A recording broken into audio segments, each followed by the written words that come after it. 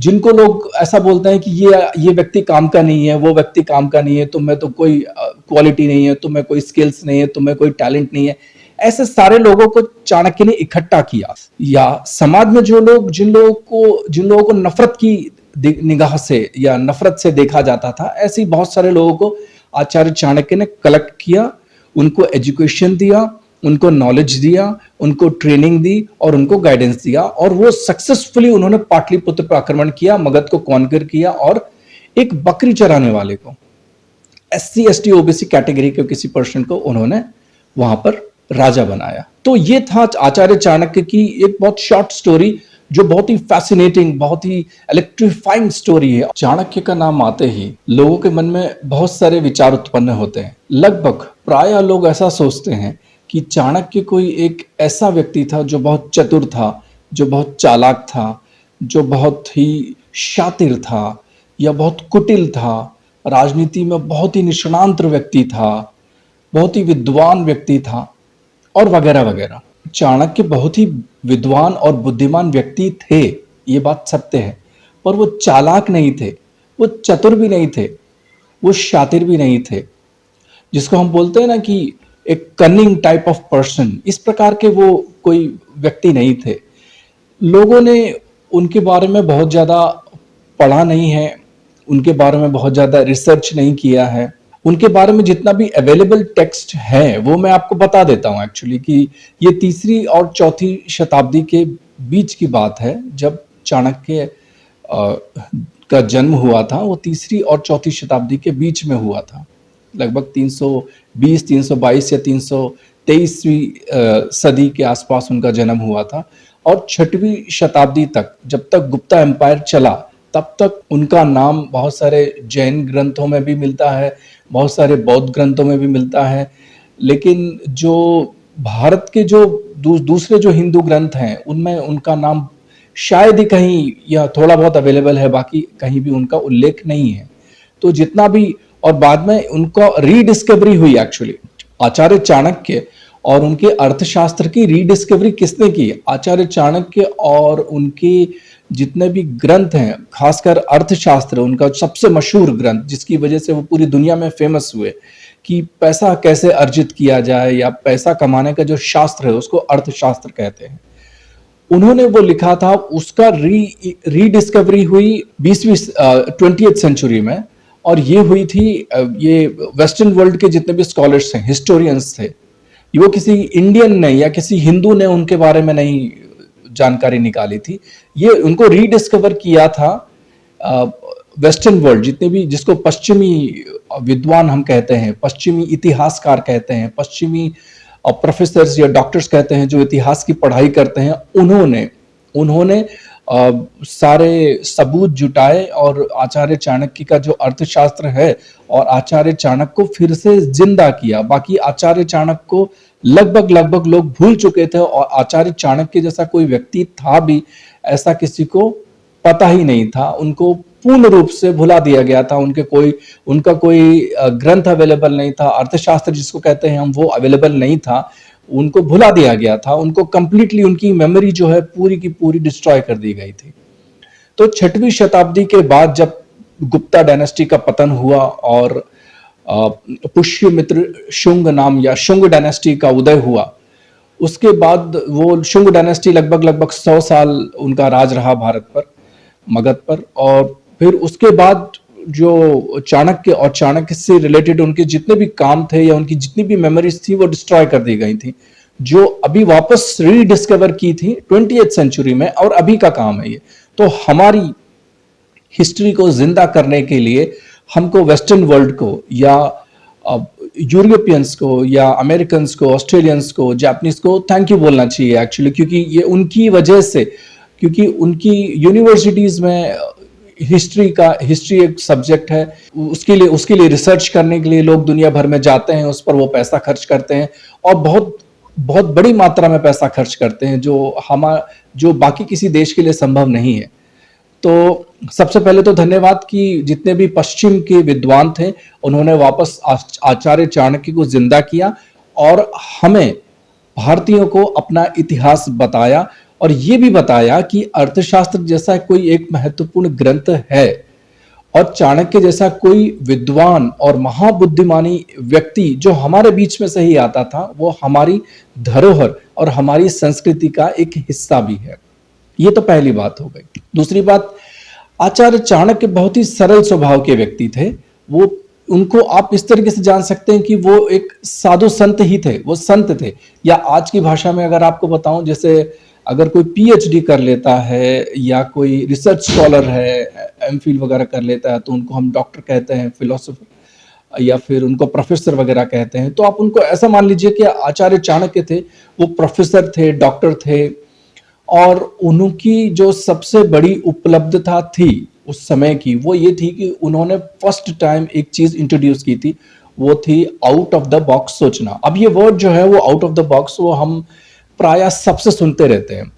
कोई भी थोड़ा बहुत अगर सोचता है या थोड़ा बहुत कोई मोटिवेशनल ट्रेनर होता है या जो भी बात करता है, तो वो बात करता है कि think out of the box, आप सोचिए, उस डब्बे के बाहर सोचिए, उस डब्बे के बाहर सोचिए। आई मीन टू से कि think out of the box, पर ये think out of the box होता क्या है, ये आचार्य चाणक्य ने पहली बार प्रूव किया था। अब वो कैसे प्रूव किया था मैं बताता। Think out of the box जब कोई कहता है, उसका मतलब ये होता है कि आपकी जो परंपराएं हैं, आपकी जो व्यवस्था चली आ रही है, उस व्यवस्था से थोड़ा हटकर आप कुछ काम कीजिए जिससे समृद्धि बढ़ेगी, सम्मान बढ़ेगा, धन बढ़ेगा, यश बढ़ेगा। यानी कि वो पॉजिटिव काम होना चाहिए, वो नेगेटिव काम नहीं होना चाहिए, वरना वो एकदम गलत दिशा में चला जाएगा।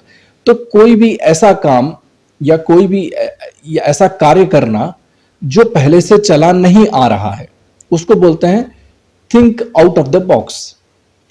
तो चाणक्य एक थिंकर थे, चाणक्य एक विचारक थे।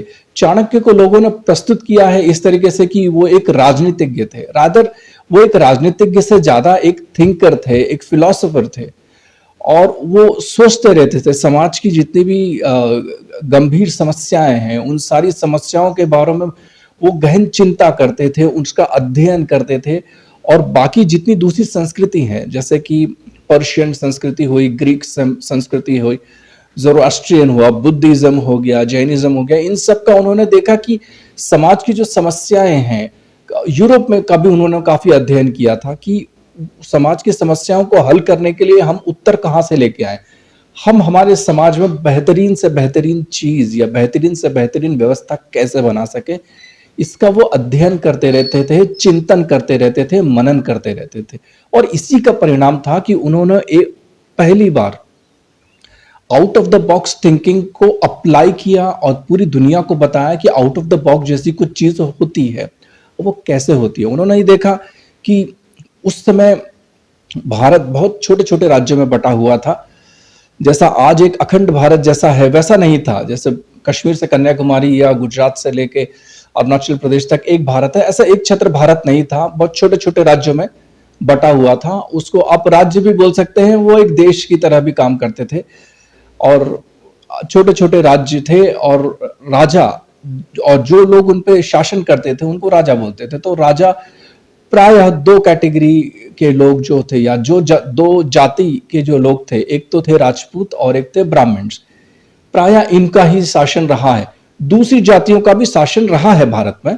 ऐसा नहीं कह रहा हूं कि सिर्फ राजपूत या सिर्फ ब्राह्मण जातियों ने राज किया है, पर छोटी अवधि के लिए या छोटे समय के लिए या छोटे काल के लिए दूसरी जातियों ने, जो दूसरी बिरादरियों ने भी भारत पर या अलग अलग राज्य में अलग अलग स्थान पर उन्होंने राज्य किया है, शासन किया है। पर मूलतः यानी कि जनरली ज्यादातर जो शासन किया है वो 80-90% जो शासन किया है वो राजपूतों ने किया है और ब्राह्मण समाज ने किया है। ये बात एक्सेप्टेड है, सारे साइंटिस्ट और रिसर्च स्कॉलर्स इस चीज को एक्सेप्ट करते हैं। और तो चाणक्य ने देखा कि जब ये दो समाज के लोग अगर राज्य में शासन करते हैं, अगर ये राजा बनते हैं, तो प्रायः एक पीढ़ी या दूसरी पीढ़ी तक बड़ी मुश्किल से पहुंच पाते हैं। और दूसरी पीढ़ी, तीसरी पीढ़ी, फिर क्या होता है कि वो एक लग्जरी लाइफ जीना शुरू कर देते हैं, एक जिसको बोलते हैं एक अथॉरिटियन या एक टाइप का डिक्टेटर बन जाते हैं, जिसमें प्रजा के हितों का ध्यान नहीं रखा जाता है और तो आचार्य चाणक्य यही सोचते थे कि प्रजा से, अगर प्रजा के बीच का कोई व्यक्ति राजा बन जाए, जिन्होंने जिस प्रकार की एक साधारण प्रजा जो दुख झेल रही है, जो कष्ट झेल रही है, जो मुसीबतें झेल रही हैं, तो क्योंकि वो राजा उनके बीच से आया हुआ होगा और उसको वो सब याद होगा कि उसने क्या क्या कष्ट सहे हैं, क्या क्या परेशानियां सही हैं, तो वो अपनी प्रजा का अच्छे से पालन पोषण कर सकेगा और राज्य अच्छे से चला सकेगा और व्यवस्था भी उसी प्रकार से अच्छे से बना सकेगा। तो आचार्य चाणक्य ने पहली बार आउट ऑफ द बॉक्स सोचा और सोचा कि एक एससी एसटी ओबीसी कैटेगरी के किसी एक लड़के को भारत का सम्राट बनाया जाए।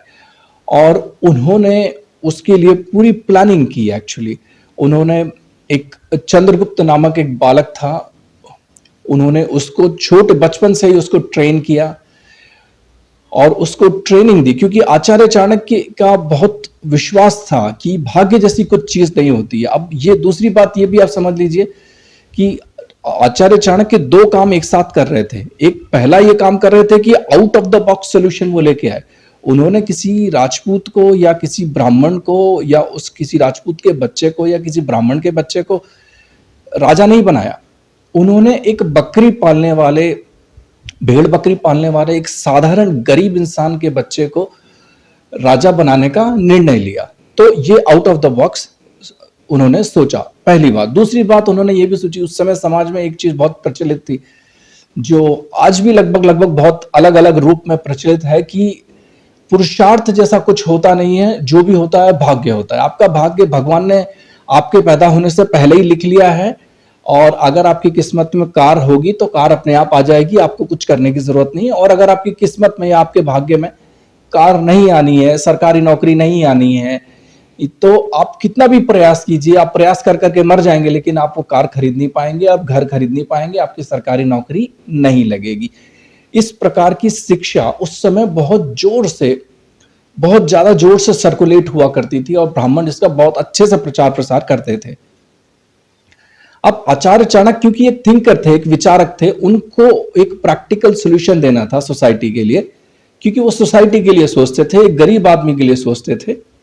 तो उन्होंने सोचा कि इस भाग्यवादी विचारधारा को किस तरीके से टैकल किया जाए, और एक ऐसा उदाहरण कैसे मैं पेश करूं पूरे समाज के सामने, पूरी दुनिया के सामने, कि भाग्य जैसी कोई चीज नहीं होती है। अगर तुम्हारे हाथ में, अगर कोई तुम्हारी हाथ की रेखाएं देख के कहता है कि तुम राजा नहीं बन सकते हो, तुम अमीर नहीं बन सकते हो, तुम ये वाली स्किल्स नहीं ले सकते हो, तुम ये काम नहीं कर सकते, तो भी तुम कर सकते हो। आचार्य चाणक्य का बहुत स्ट्रांग मानना था कि अगर किसी भी पर्सन को हम ठीक, करेक्ट, राइट एजुकेशन देंगे तो उससे उसको राइट नॉलेज मिलेगा। फिर हम अगर उसको राइट ट्रेनिंग देंगे और उसको थोड़ा सा गाइडेंस देंगे तो वो सक्सेसफुल बन सकता है, वो किसी भी क्षेत्र में सक्सेसफुल हो सकता है। तो आचार्य चाणक्य ने एक गरीब बच्चे को चुना और फिर उसको एजुकेशन देना शुरू किया, क्योंकि ये चीजें बचपन से अगर दी जाए तो बहुत अच्छे से उसमें नरिशमेंट होता है, बहुत अच्छे से उसका डेवलपमेंट होता है उस स्किल्स का। तो उन्होंने फिजिकली चंद्रगुप्त को ट्रेन करना शुरू किया, बचपन से ही उसको एजुकेशन देना शुरू किया, उसको वेदों का, उपनिषदों का, गीता का, रामायण का, सबका उन्होंने उनको ज्ञान दिया। और क्योंकि आचार्य चाणक्य तक्षशिला में रहते थे, तक्षशिला में ही उनका जन्म हुआ था। और तक्षशिला उन दिनों, 3री और 4वीं शताब्दी की बात कर रहा हूं मैं, उन दिनों बौद्ध धर्म का बहुत बड़ा केंद्र हुआ करती थी। जितने भी बौद्ध भिक्षुक थे, बौद्ध सन्यासी थे, उनका अगर कोई मीटिंग पॉइंट या कुछ रिसर्च करने का या कुछ भी डिस्कशन करने का पॉइंट होता था, ये जिसको बोलते हैं कंफर्ट जोन अगर था, तो वो तक्षशिला था। तो बुद्ध धर्म और बुद्ध धर्म के जो अनुयायी थे उनका बहुत गहरा प्रभाव था तक्षशिला में, और तक्षशिला यूनिवर्सिटी में भी, क्योंकि तक्षशिला यूनिवर्सिटी बहुत बड़ी यूनिवर्सिटी थी, उसी में वो प्रोफेसर थे, या आप उनको बोल सकते हैं कि वो उसमें टीचर थे, जो पॉलिटिकल साइंस, आयुर्वेद और ज्योतिष शास्त्र प्लस आयुर्वेद वगैरह खुद सीखते भी थे और दूसरों को सिखाते भी थे। क्योंकि आचार्य चाणक्य बौद्धों के साथ रहे थे, और तो उनको बुद्ध धर्म और धम्मपद का बहुत अच्छे से ज्ञान था। बहुत सारे उनके जो बुद्धिस्ट साधु थे, वो उनके बहुत बड़े बड़े साधु उनके मित्र थे, और उनकी सहायता से उन्होंने ध्यान करना, समाधि करना भी सीखा था। जो बुद्ध धर्म जो ध्यान करते हैं, वो ध्यान करना उन्होंने सीखा था। धम्मपद की शिक्षा भी उन्होंने ली थी, और धम्मपद में ऐसा माना जाता है, बहुत सारे विद्वानों का ऐसा कहना है कि आचार्य चाणक्य धम्मपद में बहुत बहुत ज्यादा निष्णांत थे, यानी कि वेदों से भी ज्यादा उन्हें धम्मपद का ज्ञान था।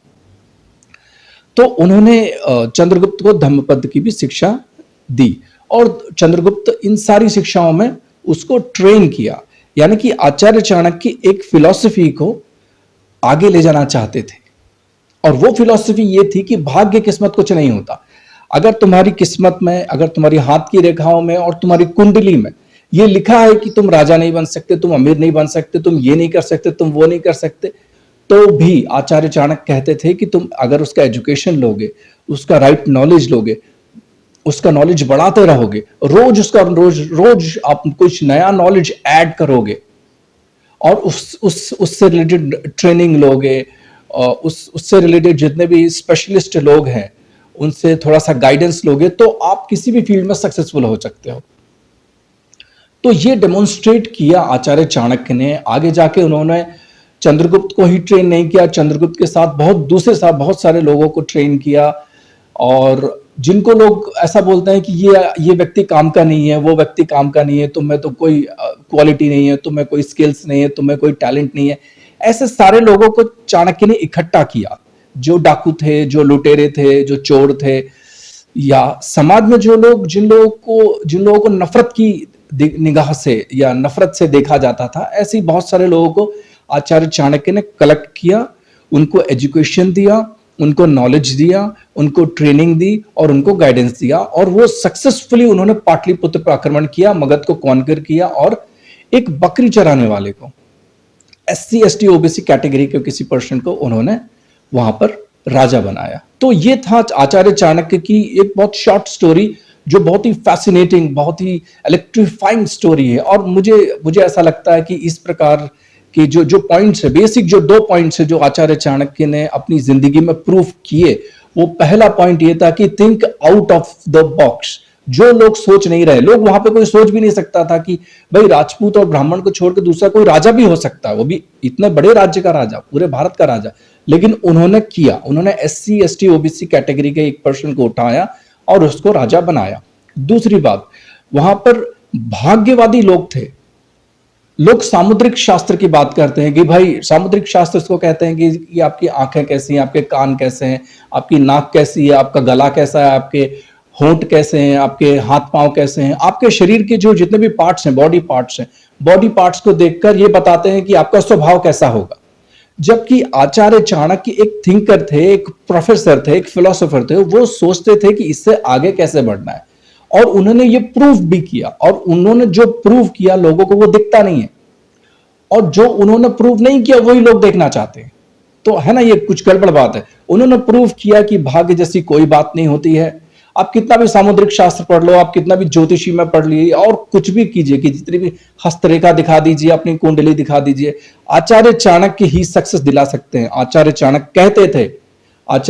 कहते थे, मैं बार बार कहता हूं कि अगर आप एजुकेशन लेंगे, एजुकेशन से आपका नॉलेज बढ़ेगा, और रोज अगर आप आपका नॉलेज बढ़ाते जाएंगे, आप प्रॉपर ट्रेनिंग लेंगे, और जो उस सब्जेक्ट में जो एक्सपर्ट या एक्सपर्टाइज रखते हैं, उन एक्सपर्ट्स की अगर आप साथ लेंगे, उनका गाइडेंस लेंगे, उनका हेल्प लेंगे, उनका सपोर्ट लेंगे, तो आप किसी भी क्षेत्र में सक्सेसफुल हो सकते हैं।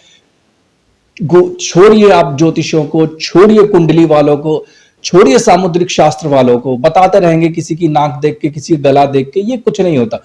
आचार्य चाणक्य ने इस भ्रम को तोड़ा, और वो प्रैक्टिकल एक्सपेरिमेंट किया, और सक्सेसफुल एक्सपेरिमेंट किया। और आपको अपनी जिंदगी में कुछ भी करना हो, अगर आपको कॉन्फिडेंस आप में नहीं है, आपको पर्सनालिटी डेवलपमेंट करनी है, आपको अगर बिजनेस में सक्सेसफुल होना है, आपके करियर में सक्सेसफुल होना है, आप आचार्य चाणक्य को फॉलो कीजिए। आचार्य चाणक्य आपको जीत दिला सकते हैं, आपको सक्सेस दिला सकते हैं। और वो क्या है, और उन्होंने 2 चीजें बता दी थी, और वो 2 चीजें यही है, think out of the box, number 1, and number 2,